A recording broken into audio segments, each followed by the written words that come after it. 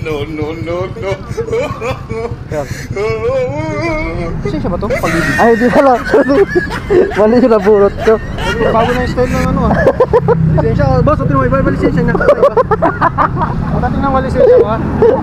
Laki ng diferensya oh. Mali yung naburot ko. Ito rin logo ng Pilipinas. Ito rin logo ng LTO. Kasama ka na kung gano'n ano. Iba rin ang ano ka.